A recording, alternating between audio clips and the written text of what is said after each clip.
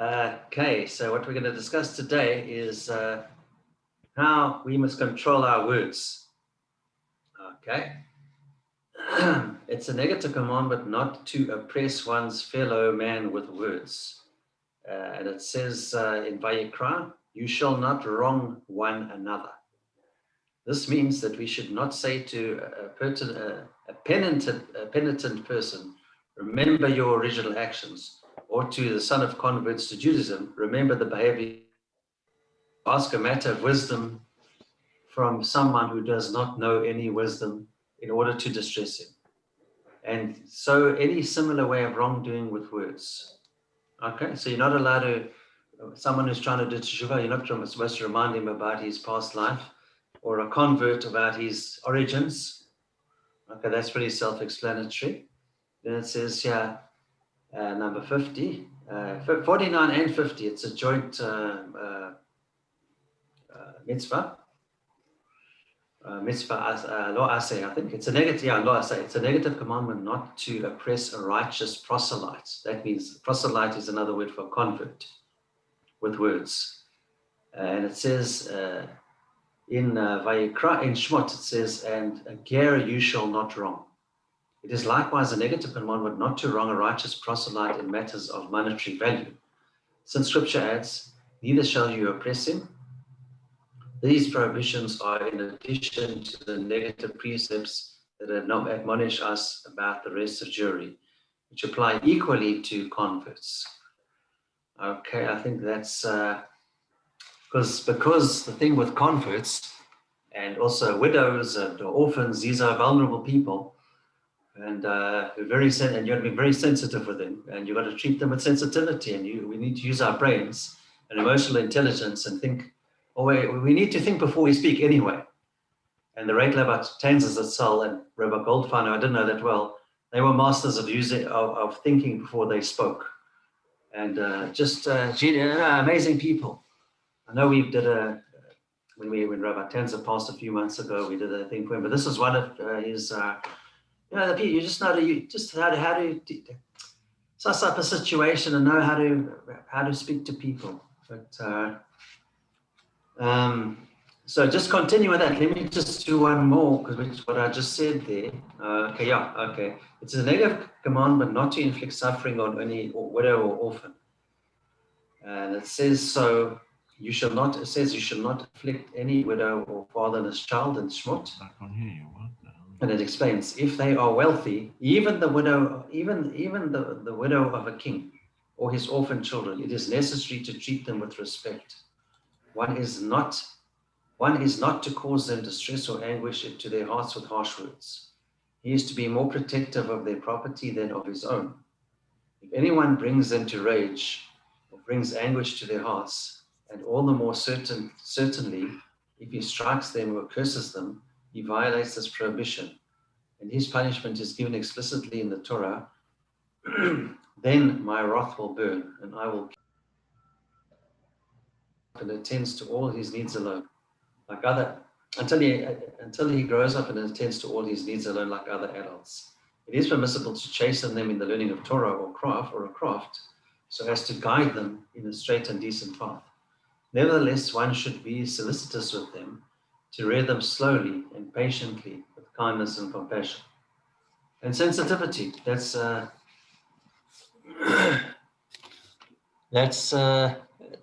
basically you got to be sensitive. You can't talk. Well, it applies to everybody. I've been victim of it, and I've had people treat me like garbage in my life, and it's fine. I've accepted it, and I moved on, and I've become stronger for it. But it's not nice to talk. You've got to be careful how you talk to anybody, and treat them decently. It's a human being. It's B'Tselem Elokim. You treat people decently. Doesn't cost anything. Anyone want to add anything to that? No, Yeah. just like mate. Perfect. No, I can add something to that. Remember, God make no junk. Huh? Say again. God makes no junk. Junk, exactly. I think it said so actually. So it says so actually. Yeah. Why would we be here if we were garbage? Yeah.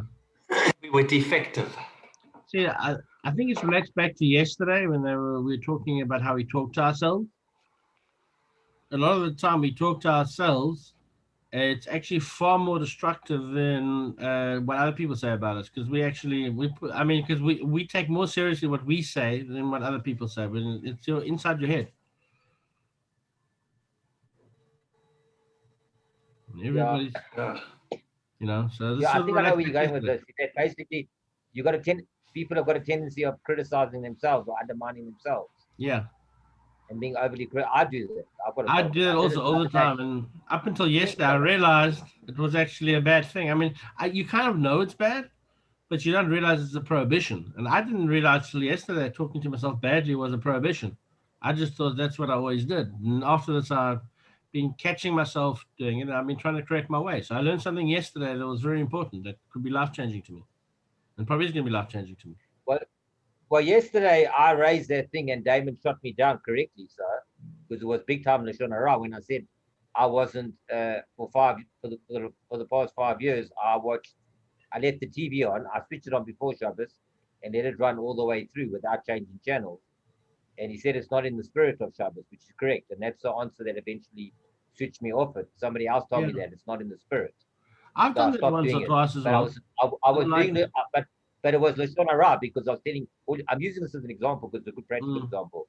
But I'll never repeat that again because I'm actually undermining and I'm doing No, it from the don't. It's not necessary, but it doesn't The only matter. yeah. You time didn't you know. can repeat it, just one thing. The only time, Gavin, you can is for chinuch, for education.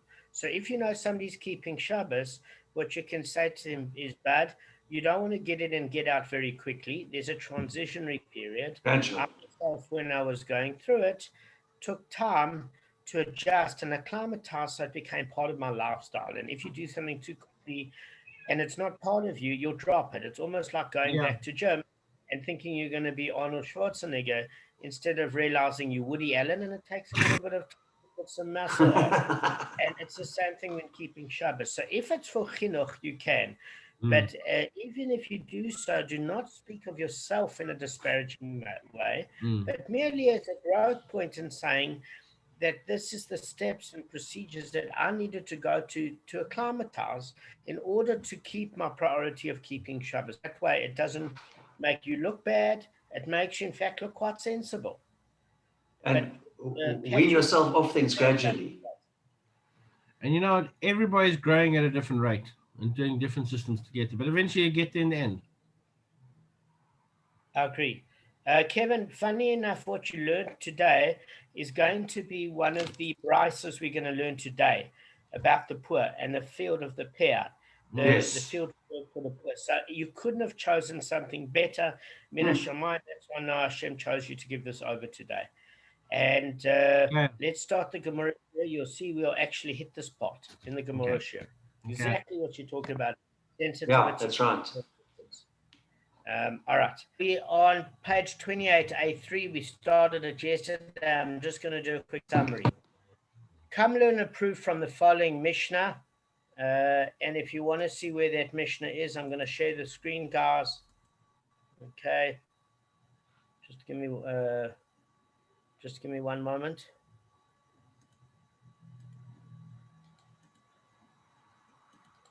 Okay.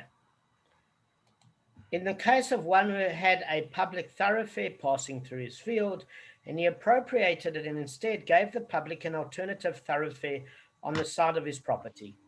The halacha is that the thoroughfare that he gave them, and they may use it. But the original thoroughfare that he took for himself has not reached him. In other words, he cannot appropriate it for his own personal use. What does it mean for his own personal use? At the exclusion of the public, meaning he is no more entitled to it than any member of the public. This is in Bava Basra 99b. Now what we see that Brass in 99b. This is the question that the Gemara asks, okay? You want to say, if you're a person, if you've got that field, right? Are you allowed to enforce the law for yourself? And as the owner of that field, take a staff and sit on the original path to hit whoever attempts to pass through. Since the original path now belongs to him, he should be allowed to prevent people from using it. The fact that the Mishnah rules that he may not do so proves that one may not enforce the law for himself, even when inaction would result in an irretrievable loss. So what are we saying here? We're saying here that the Mishnah in Bava Basra 99b is saying that if you built a new path, and that's now accustomed for the public to be allowed to use, and you can't claim the original path for yourself, you can use it like any other person, but you cannot claim it solely for yourself, and you can't sit at that old path that was originally for the public going through your field and protected with a stick, preventing and barring people from entering into that particular path, even though you sustained a loss. What loss did you sustain? You built a new path, and that path costs a lot of money for construction. And since that path cost money for construction, you wasted your money, because the sole reason you built that path was to be able to prevent the public from going through your field with the original path. So here it seems to prove that both, according to Rav Nachman and Rav Yehuda, even in a case where they both agree that you can claim back, you can take personal force in order to not sustain it, not to prevent a loss. In order to prevent a loss, in that particular case, the Gemara is saying no. This is clearly a proof that in order to prevent a loss, what loss are you trying to prevent? Well, you want the new path to be accepted by the public and to cut off the old path so that goes back to your field. And so to prevent a further loss, you can take the law into your own hands. But here, firstly, you can't prevent the loss. This is the first point of the Gemara. Why can't you prevent it? You decided to build a path without getting public permission, which means the public is certainly going to use it. But your public permission had to do with excluding the old path, which means you have to have almost what you call a town council committee meeting and saying to everybody, before you build a new path for them, you're doing this on the basis that you can claim the old path. So one of the problems that we see here, seriously, if you read on the Gemara after you've done the research, is that he never consulted the public. That's number one. So therefore, the loss already was sustained. It's not a preventable loss. What's a preventable loss where you can take the law into your own hands? In other words, the Mishnah is saying you can't take the law into your own hands. Reason number one, you can't, because the loss has already been sustained. Why? You built the path. You built it. You spent the money on the path. Okay? That's number one. You should have had a town council meeting, and the proviso that you built the path should have been on the basis that you said to the community, on that basis, I will build a better path for you, exactly the same quality, on the condition that I can take back the old path, the original path. Since you didn't do that, the field owner is remiss in having not required the correct permissions. So the public may use your new path that you built, but you cannot claim the old one solely for yourself. That's where we're holding at the Gemara at the moment with the Gemara, because it says, well, even where inaction will result in an irretrievable loss. Why irretrievable? Because you spent the money already. The Gemara rejects the proof. Rav Zavid said in the name of Rava, the rabbis issued a decree against shifting a public path, lest one provide the public with a crooked path. Therefore, the owner may not prevent people from using the original path because it still belongs to the public. So what we see is the halacha goes that the default position is they know the field owner is going to cut corners. And since his only goal is functionality, he's going to create a path at the least amount of money to allow the public to enter so that he can take back the old path. And basically, if you look at town council money compared to a private individual creating a pathway, there's a lot more money because town councils collect taxes, and then they're worried the person will do it on the cheap. So this was what you call an automatic preventative halacha. So Rav Meshashisha said that there shouldn't be necessarily, or maybe there isn't. He disagrees for the fact that there is an automatic preventative halacha, and he said the Gemara, the Mishnah refers specifically to an instance where the owner provided the public with a crooked path. In such a case, the owner has no right to take the original path, for he would cause the public a loss by doing so. So this seems a repeat of the previous statement. So when I read it originally in the Shabbos, I thought, well, why is he saying exactly what the previous point in the Gemara is? So what I could deduce from reading it and looking at the sources again and again is as follows, is that Rav Moshe Shisha deems that it wasn't an automatic law, but in fact, if he did create a crooked pathway, meaning of inferior materials, and maybe even literally crooked, where somebody would be on unstable ground or substandard material, then in that case, it's not as good as the original public thoroughfare, and he has no right to take the original path back. So that's where the dispute is. Rav Zavid said there's an automatic, he said in the name of Rava, there's an automatic decree by the rabbis, and Rav Meshashisha said it's not an automatic decree. It's only when you create a crooked path, and it's not a preventative measure necessarily put forward by the rabbis. All right, guys, can you see the distinction before I go on? Yeah, I do. Okay.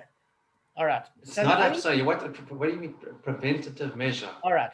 So Rav Zavid said in the name of Rava that the rabbis decreed that you cannot take back the original path in case the new path that you created is substandard. It's crooked.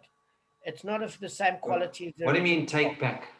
What do you mean? Okay, so the Gemara started off as follows. Is it said, listen, the farmer doesn't like people going through his field. That's when Yes. he bought over the field. So Yeah. he built a new path for them because Yeah. he wanted a bit of privacy. So he built it in order to take back the original path by giving them an alternative route. Yeah. Now what we're saying is you can't take back the original path. They can use the new route because people are used to the old route, and that they're worried as a default position that because the individual has got less of a budget than the taxation collected from town council to build public roads, that he will also work on a greed factor and create a pathway with the least possible expenditure. Yes. So Yeah. therefore it will be substandard. So that was Rav Zavid said to Rava, that's the default position, that the rabbi made a decree that you can't take back the original path. Rava Meshashisha is saying no, there's not an automatic decree. It's only in a case where somebody does create a standard path or an inferior path compared to the original, that in that case you can't take back the original path. So he is seeming to imply that if it is of the same quality, then there's no problem. Fine. There's a different opinion. Rav Ashi said any path that has been shifted to the side is perforce a crooked path. For although it may be closer for one person, it is further for another. For some people, the new path will be further out of their way than the original path was. Therefore, a landowner has no right to shift a public path that runs through his field. So what he's saying is pretty self-explanatory, is that the minute you shift a path, automatically some people will be pleased because it's slightly closer to their home, and some people will be displeased because it's further. The minute anybody is displeased, you've created a crooked path for them, meaning an inconvenient one, and therefore you're not allowed to take back the original because they must choose the most convenient path to them. They can use the new one if they want, but you can't take back the original. So the Gemara challenges this interpretation of the Mishnah. But if this is so and the owner does not acquire the original path, why does he not keep what he has? Meaning, okay, so he's built this new one, right? On the condition that he thought he was going to get back the old one. So why is it that the public can use the new one and now he can't reserve the new one for himself? It's a good question, right? Because they haven't been really accustomed to it yet. So this is the answer. Because this is the proposal. Because let him say to the public, take back what is yours, the original path, you can keep it, and give me what is mine, the new path that I built for you. When the owner gave the second path, he only did so under the assumption that he could take back the original path for himself. Since the law is that he cannot take the original path, he should be entitled to reclaim the new path on the basis that it was given under a false assumption. Okay? So this is what the Gemara answers. the owner loses the new path because of what Rav Yehuda stated. For Rav Yehuda said, a private boundary strip upon which the public performed a proprietary act for the purpose of using it as a public walkway may not be ruined by its owner. All right, so let me just explain to you what this means. Firstly, the Gemara is proposing that if you make a transaction, we know by halacha, if there's misunderstanding or misrepresentation, the contract itself is null and void. And since he did it only on the condition that he thought he could take back the original path, this deal should be null and void. The public should not be entitled to take the new path if he can't take the old path. So it's saying, well, why can't he now take back the new path? Okay. And by the way, there's a situation known as mikach ta'ot, which means a transaction made in error. So that's what you call misrepresentation or misunderstanding the situation. So that becomes invalid. But we have a different principle, which is why he can't take it back, is that you've got what you call a chazaka. So if the public makes an act of acquisition by walking on the new pathway, they've now acquired it for their use. Now, Kevin, we did briefly touch on this before. How to make an acquisition of immovable property, of land, versus animals. We did touch this, but I'm just going to give you a bit of a summary. So in Talmudic times, fields were like separated by like narrow strips of land, okay? Some were higher and some were lower to each other, but you have some sort of visible look so that you can see that the fields were distinguished from your neighbor. So this is, the Rashbam discusses in Bava Basra 53b. So Rav Yehuda rules that if a property owner stood by while members of the public prepared a strip and he didn't say anything, in other words, they flattened the earth, he didn't object. They ran on the walkway in order to acquire it for their own. Kevin, are you? Kev? Mm. So in other words, I have to do an act of acquisition in order to call it mine. So if I want to acquire the cat, I pay money for the cat and then I lift the cat up towards me. So it's an act of acquisition. Kenyan. On the land, you've got, it's called like you've got, for example, Hagba. Hagba is a form of acquisition, by the way. You grab something. So with land, you have to prepare that land in some way or walk on it or show that you've done it. You've got to change the land in some way. So if the public, if he flattened the earth and made a proper construction and the public walked on it, they've actually demonstrated an act of appropriation so that it becomes public territory. And his silence of this fact demonstrates his consent to the appropriation. That's what the Rashbam says. So even though the public cannot acquire path unless they performed a proprietary act, a chazaka upon it, because that's one of the methods of acquiring the land, the fact that he didn't object, because they create, means that he was complicit. Now, if you want to say that he never objected because he thought he could take back the original path, there is such a concept that we know that ignorance is no excuse for the law, for the lack of law. In other words, basically the rabbis barred the owner from claiming that the transaction is invalid. This is in the Nimukei Yosef, right? They penalized him because he acted unilaterally without receiving the public consent. So there's 2 points I want to bring here very quickly. Kevin, the first point is that he should have had a town council meeting and said, guys, I will build you a new path on the condition I can take back the old path. He never got public consent. Approval. Because he never got public consent, the public never agreed that the original path should become his. It's public property. It might be going through his field, but the public acquired it it became the custom to walk on it, and they acquired it through a chazaka. Now they acquired the new path because he didn't say anything, because he was in the assumption he could take it back. He never informed anybody. That's your first error. But did he acquire the path going through his property? Did he actually perform a kinyan on it? So it doesn't say that. No, but he can't take it back from the public, because even if he bought the property and he performed a kinyan by walking on it, he's no different to any other part of the public. that's allowed to walk on that public path. That becomes public territory, even they bought the property. But they can't put Kenyan on public property. No, Kev, you're missing the issue. Let me go through it again with you 1 second. He buys a field.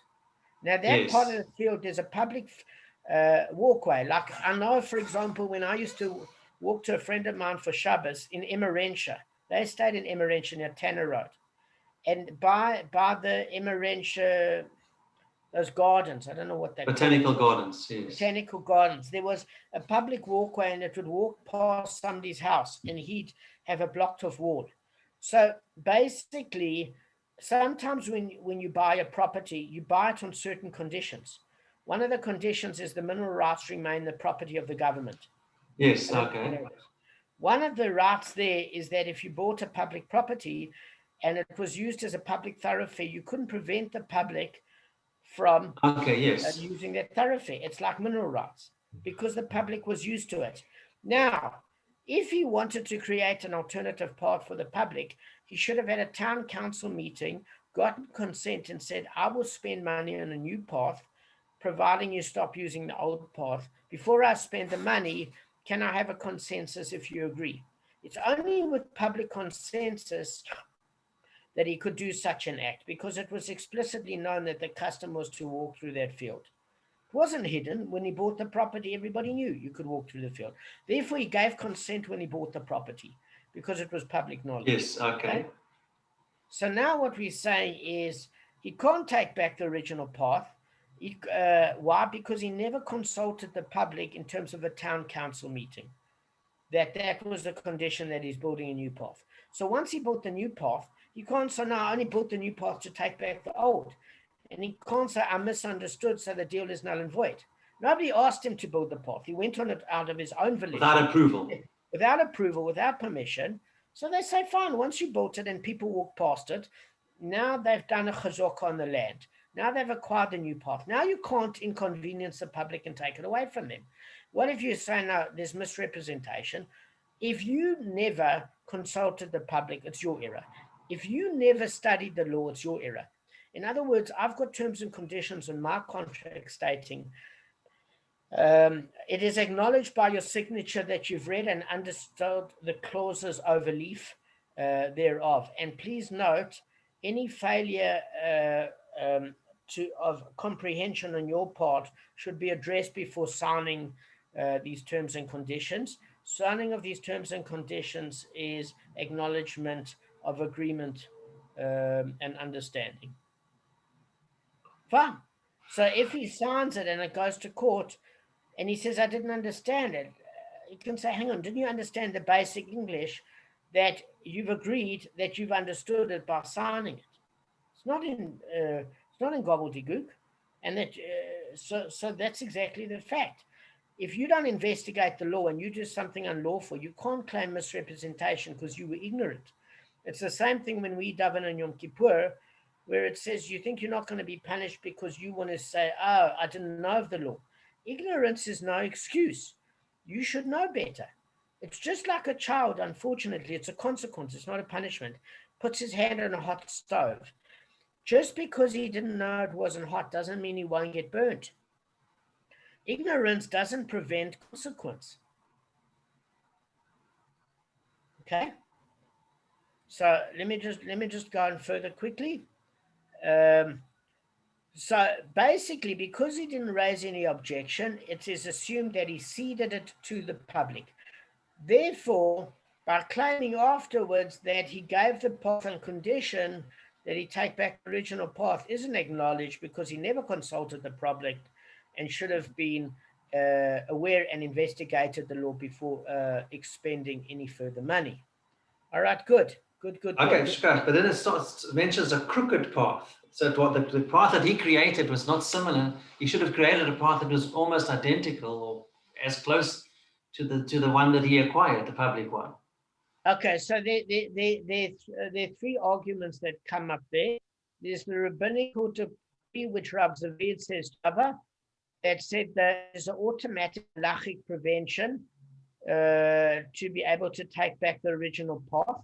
Because if you're building a path, it's assumed that private individuals cut corners And in order to take back the original path, the new path is not going to be as good.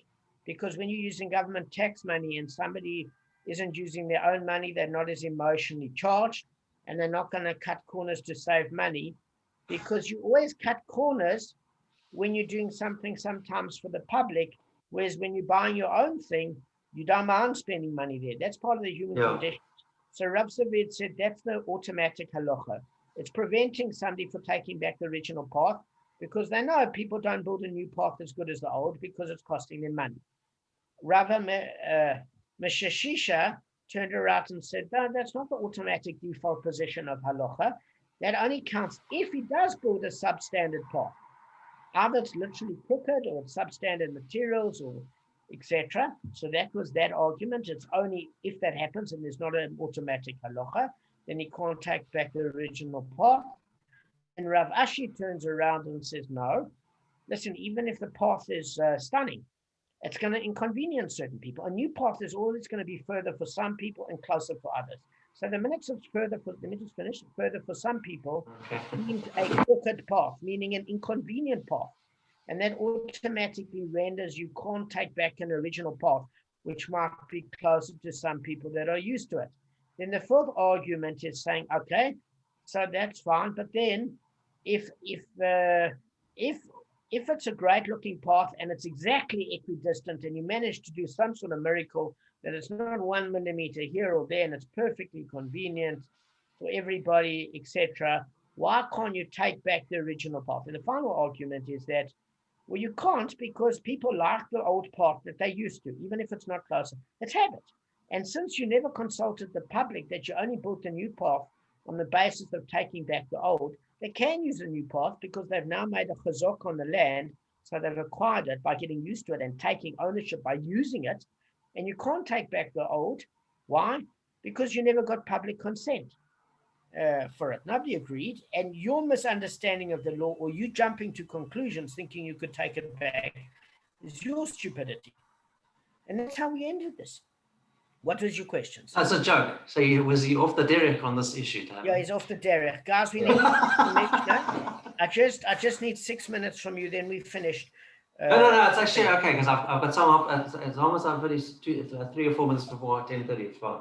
Okay, that's fine. We're cool. Yeah, 6 minutes. Go for it. Okay, but let me take them. The Gemara attempts one final proof. Come learn a proof. So, in other words, guys, this is not a proof that if you sustain a loss or don't sustain the loss, you can take back the original field or block it off or sit there with the stick, which means this doesn't prove Rav Yehuda over Rav Nachman or either party. That we're trying to develop proofs here. This is a greater context. All right. That Gemara attempts one final proof. Come learn a proof from the following brisa. If an owner of a field left pear on one side of his field, and poor people came and collected stalks from another side of the field, both sides, this and that, are pear. So pear is basically a part of the field that you leave for the poor. It's the corner of your field. It's in Leviticus chapter 19, verse 9, and chapter 23, verse 22. Leviticus is Vayikra, and it requires the owner of an unharvested crop to leave some of it for the poor people to take. So this portion is known as a pe'ah, which literally means edge or corner. So the basic law mandates that one designate a crop in the corner of the field as pe'ah. So generally, you only have to designate one corner of that field for the poor. And what it's saying is here is that he left a corner of his field for the poor, and then all of a sudden the poor misunderstood, and they were collecting from different corners of the field. Now he's only entitled to give one corner of the field. So what it's saying is, now if you say that a person may enforce the law for himself, why does the Mishnah rule that both this side and that side are pe'ah? What it's saying is, why doesn't he go to the corner of the one side of the field and say, no, guys, you have to collect from the other side and prevent them from doing so? Because if it's saying that he's allowed to do that, then that proves Rav Yehuda that if he sustains a loss, he doesn't have to trouble the court, and he can enforce it himself by having a couple of farm workers preventing them from going to that corner, because they've got another corner designated for them. Are you with me? it's trying to prove Rav Yehuda or Rav Nachman. If he wouldn't sustain a loss either way, that's one thing. But what we're saying is here, it doesn't see that he can do it, because it says, let him take a staff and sit in the field to stop people from taking straws from the section he originally designated as pair. So it's saying that what he's saying is that they all came to another corner of the field. And now that he designated the original part, there's some people coming to that. So they're taking from two corners. Why can't he sit there with a stick and stop people? Because he could be sustaining the loss. So the Gemara would seem to be more stringent even than Rav Yehuda, because both Rav Nachman and Rav Yehuda saying you could prevent a loss and take action for yourself. Okay, so the Brisa thus proves that one may not enforce the law for himself even if he would otherwise suffer a loss. So there's a slight problem here, because it would seem that in this case Rav Yehuda and Rav Nachman are not correct. You can't sit there and protect that corner of the field, even though the poor would be double take from both sides of the field. So that goes according to what Kevin was talking about earlier on this morning, that there are opinions that say for the poor, you've got to render mercy on them, and you can't take, action that would hurt them or embarrass them or something like that. That is the Musa aspect. The other aspect is that maybe you can, because how would it help to take this before the court? What are you going to do? Sue the poor? How are you going to get money from them? So it's no good to take it to court. So the one issue that says that you can't protect that particular part of your field means that if you wouldn't win a court case because you can't take them to court because they got no money, then maybe you can't enforce the law on that basis. The other one is saying, well, maybe you can enforce the law on that basis, because if you go to court, the court's not going to help you collect money because you can't take money from people that don't have. So, but maybe you can prevent them from taking from two sides of your field in order to prevent a loss. Do you get what I'm saying? Yeah. Is it because they're not sure? It's they're innocently taking from both corners because they're not sure which is the correct. Even if it's not innocent, maybe it's desperation that you can't blame them. Maybe they know there's two sides, there's only one side, maybe there's confusion, maybe there's chaos, whatever the intention is, you losing by having them take from both sides of your corner instead of one. So what it's saying is, why can't, if you're going to prevent a loss, stand there on the one corner with some of your farm workers and prevent them from taking, and direct them to the other side at which you can say you can take with pleasure. That's what we're going to deal with on Sunday, and we're going to hit the new Mishnah on Sunday. Sunday. Not tomorrow. Friday, tomorrow. Sorry, Friday. We'll finish this Mishnah tomorrow on Friday. Apologies.